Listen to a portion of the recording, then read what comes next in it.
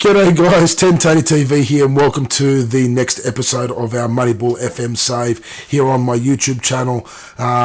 Hope you're all enjoying this series as much as I'm enjoying recording it and playing the save. The Moneyball FM save is the story of Charlie Cosmo, and we are following Charlie Cosmo, who is the manager of Charlton Athletic, taking over when they got relegated from the League 1 to the League 2 at the beginning of this season that we are currently in. So without further ado, let's get to Charlton chat. For the month of January, welcome to Charlton chat. We are reviewing January 2025. It has been actually quite a difficult month for Charlie Cosmo and for Charlton Athletic, and we're going to go through why in a very quick second.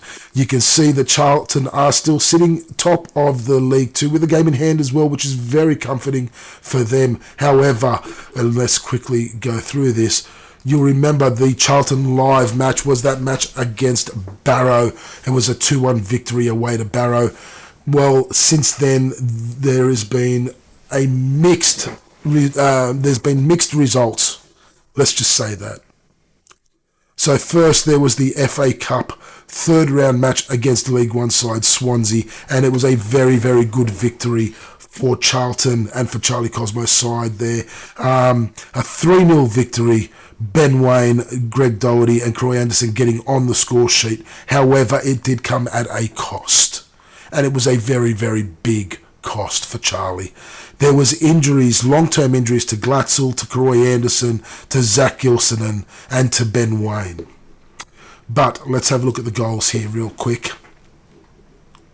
So there was the goals to Anderson, Wayne and Doherty in that order. First, Matt Godden finds Ben Wayne, Cannoneer comes across, then finds Anderson's run, cuts it back, and Anderson with a first time absolute cracker shot puts it into the back of the net. Then Ben Wayne finds Doherty up to Ellis Taylor, who cuts it inside, and Ben Wayne had made a very, very nice run there and pokes it in from that near post. And then Doherty finding Small back to Ellis Taylor. This time Ellis Taylor looked to go himself. The rebound falls to Doherty, who then makes no mistake of that loose ball. It was a very, very good victory, but like I said, it came at a cost.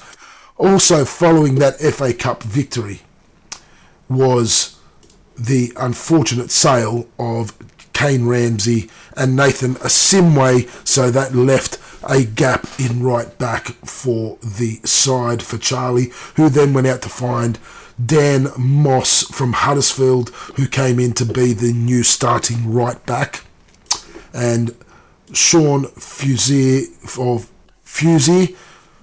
who has come in to be the the backup right back. However, the two of them have been rotated quite a bit this past month due to quick turnaround of matches and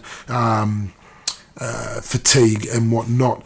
And we'll go through a little bit more, but you'll notice some more there, because what happened later on was Josh Edwards was also sold to Bristol City for $1 million, and then with that gap in left back, Charlie needed to find a backup for left back, and in comes Jack Curry from Oxford United.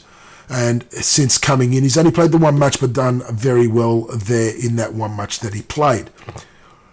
So let's continue on. It was then, after that FA Cup match,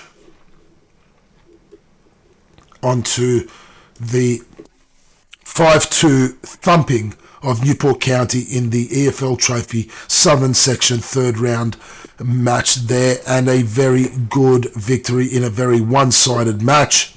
Godden getting a hat-trick to add to his tally for the season overall. First was the goal to Aneke, the cross coming in from Cannoneer. Then Newport tried to get into the match. They found an equaliser here through Rye, a very nice goal. Buzanis had no idea where that was coming from, but then Charlton just ran away with it. Doherty there finding Godden, who cuts inside, and a very nice finish there from him. Then there was the penalty, which Godden finished strongly, as he has all season. I don't think he's missed a penalty yet this season. Actually, no, he may have missed one. Then Pert Harris finding Sam Shearing inside to Godden to complete his hat-trick. Pert Harris, another player who has gotten injured during this month as well. Then a Minsden Day, back to Small, finds Pert Harris, and then Cannonier with the finish. I think it was in the next match that... Actually, no, it was in this match that Pert Harris got injured. And then Newport, very late on, getting just yet another consolation goal, essentially right on the 92nd minute. After that was when all these injuries started to really take effect. And then another injury came in the shape of Greg Doherty during this match here, where Charlton lost to Tranmere, who were like down in 21st or 22nd position in the league.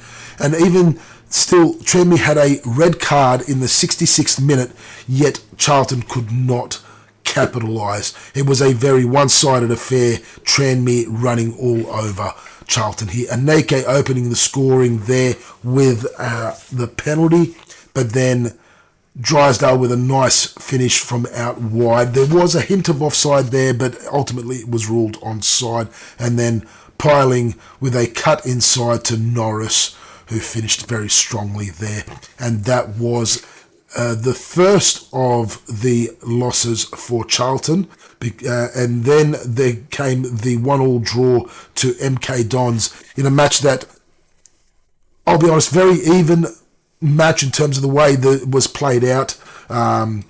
Very unfortunate for both sides that neither of them were able to take the lead and hold on to it. First came the goal to Sam Shearing from the corner there, very strong finish. And then Evans making a very good run.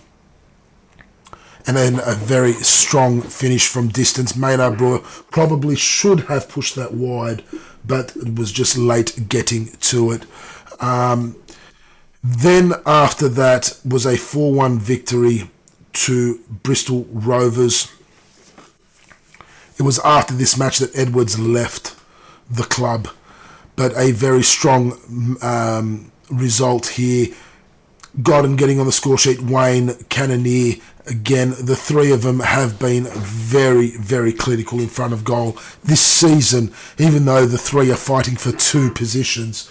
A very, very strong showing from all three. Cannonier, a very good finish there from the cross from Gilman, and then Edwards, Taylor, back to Edwards, and then Taylor finding Gilman, but this time instead of cutting across to Cannonier, he took it himself, the youngster getting a goal for himself. Then Pert Harris, injured, playing this match, finding Cannonier, and then Ben Wayne finishing there for the third goal. And then the corner kick, the rebound finds itself out at Godden, who shoots that from outside the 18-yard box. A very strong finish, and then a consolation goal for Bristol Rovers there in the 75th minute. It was a deflection that got Maynard Brewer there, unfortunately, for stopping him from keeping a clean sheet. It was then a 3-0 victory over Leyton Orient. Yet another injury, this time to Ellis Taylor. But again, Godden, Wayne and Cannonier on the score sheet. So the three of them again showing how dominant they have been this season. And here we are, Ellis Taylor, this is before he got injured, with a nice run. The cross comes in, Godden opens the scoring there with a nice little neat toe poke there through the defence. Similar sort of finish for Wayne after the header from Tefazoli there. And then Fushier, in his first match, finding Glatzel, who gets the assist there to Cannonier, adding another assist to his assist tally. And then came another injury to Glatzel, who had just come back from injury, and then Terry Taylor getting injured as well here in the FA Cup 4th round, where Charlton had been drawn against League One side Stevenage. Unfortunately, Stevenage just too strong on the day. Godden getting on the score sheet in the 93rd minute for Charlton. Charlton did make a very late resurgence in this match. The final 25 minutes, Charlton were very, very strong. Definitely the better side. Looked like scoring several times, but just couldn't. A very good goal there from Lister to open the scoring, the assist to White, and then a defensive kerfuffle I'm not sure what happened there, but List with a very good finish from distance, but there must have been some sort of communication breakdown there, because very unlike Gilson to make those sorts of mistakes. And then Godden getting that late goal in the 93rd minute. There were several attempts either side of that goal, but just Charlton couldn't finish on the day. But out of the FA Cup, but definitely a very good showing in the FA Cup for them. And then came the quarterfinal of the EFL Trophy to League Two side Swindon, and they were just too strong on the day. The injuries that Charlton had gotten over the last few matches just really, showing their toll on the club and on Charlie, with his team selections, having to dip into the under-21s and the under-18s in several matches there. Wasn't able to continue on in this competition, unfortunately. Gillespie getting a goal there just before half-time to equalise. A very good very good time to equalise, but unfortunately just couldn't do much in the second half. We'll have a look at those goals with Will Wright's goal first, then Gillespie, and then Harry Smith. So first, the goal for Swindon, Will Wright. It was a penalty kick. There was a defensive kerfuffle there out on the edge of the penalty area. Stupid penalty to give away. Then Gillespie with a very nice finish before half time, and then second half, John with a good run down that right hand side, finding Dierinen, who then put the ball across for Smith to finish. A very good result there for Swindon. Unfortunately meant that Charlton were out of the EFL Trophy as well, meaning all they've got left to concentrate on is the League Two, which is really what they want to be concentrating on. They want to get that automatic promotion. They want to win that League Two title in their first attempt. The next match is that Charlton live against Gillingham. But before we leave you here in Charlton Chat, let's have a quick look at where things sit in the League Two. Matt Godden still leading goal scorer, 28 goals. The next closest rivals are on 14 at half his tally. I don't think anyone is going to catch Matt Godden in terms of the goal scorer, top goal scorer for the season. Highest average ratings, all top five players are Charlton players there. You've got Glatzel, Gilson and Wayne Anderson, and Godden up top there. Paul Glatzel up there with the assists, only 2 behind the leader Musaba on 11. Most clean sheets, Colchester's Macy there at the top. Maynard Brewer, due to those two, that loss and that draw to Tranmere and then MK Dons, unfortunately not being able to uphold his clean sheets there, moving out of the top 5. But that meant that the award winners, Young Player of the Month, went to Grimsby's Tolu Ludapo, Christ Makoso from Doncaster getting second, and then Jacob Wright from Tranmere getting third. The Player of the Month going to Bradford City's Ramoni Critchlow, and then Harry Burgoyne, the Morecambe keeper, second, and then Max Crockham, the New Zealander, Barrows keeper, third for the Player of the Month. And then Manager of the Month going to Colchester's Danny Cowley, Morecambe's Michael Appleton second, and then Bradford City's Graham Alexander getting third. Charlie, unfortunately, not able to do back-to-back Manager of the Months, which he'd won in December. So, unfortunately, that wasn't the best of months for Charlton. There is still several injuries and fitness concerns for Charlie's side. He's got Glatzel that's still injured, Terry Taylor, Greg Doherty, Croy Anderson, all still injured.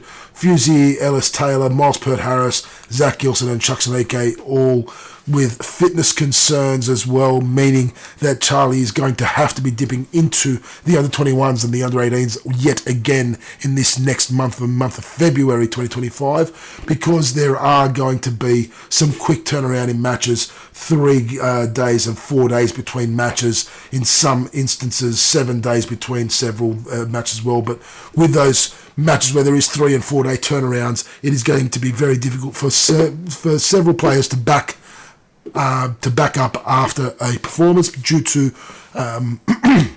injuries and fitness concerns already. So as we saw in this previous month of January, there is going to be a lot of under-21 and under-18 players featuring in a lot of these matches. So that is it from the Charlton chat for the month. We hope you've enjoyed this month's Charlton chat, and we'll see you all for Charlton live for the match against Gillingham very soon. Thank you all for watching. Hope you've all enjoyed it. As always, if you haven't yet and you've enjoyed this video, do go and hit that like button, hit that subscribe button and that little notification bell so that you know when more videos are being uploaded. Also, if you haven't done so, do go and look in the description of this video, check out the link to our Discord, the Checkpoint Lounge, where there is a nice little community growing in there. We are trying to grow that community and make it a very fun place for people to get together and game, talk about games, talk about sports. There is a whole range of games that our community play, not just Football Manager, but there is also flight simming, there is also Escape from Tarkov, Helldivers, Pokemon Go, a few other games as well. Do go and check it out. Until next time, this is 10 Tony TV, signing out.